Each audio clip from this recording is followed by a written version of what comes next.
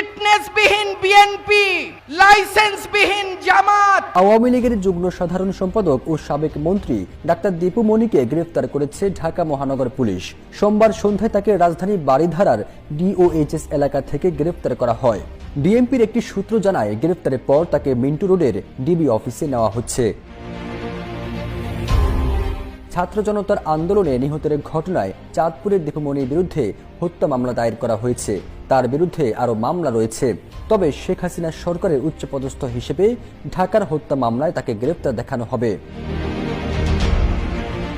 2008 সালে আওয়ামী লীগ সরকার ক্ষমতায় আসার পর দীপুমনিকে শুরুতে পররাষ্ট্রমন্ত্রী করা হয়। এরপর শিক্ষামন্ত্রী এবং সবশেষ সমাজ কল্যাণ মন্ত্রীর দায়িত্ব পালন করেন তিনি। চাঁদপুরে তার আত্মীয়স্বজনের বিরুদ্ধে দুর্নীতির অভিযোগ রয়েছে। ছাত্র আন্দোলনের মুখে 5 আগস্ট শেখ হাসিনা দেশ থেকে পালিয়ে যান। এরপর সরকারের অন্যান্য মন্ত্রী এমপির মতো দীপুমনিও আত্মগোপনে চলে যান। পরে বারিধারায় এক আত্মীয়ের বাসা থেকে তাকে গ্রেফতার করা হয়।